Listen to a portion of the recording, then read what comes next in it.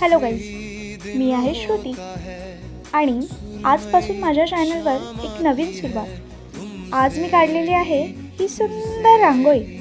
रांगोळी म्हणजे आपल्या सणांची ओळख, रंगातील आनंदाची भाषा. ही डिझाईन तुम्हाला आवडली तर लाईक करा, कमेंट करा आणि अशाच सुंदर रांगोळीसाठी चॅनलला सबस्क्राईब करायला विसरू नका.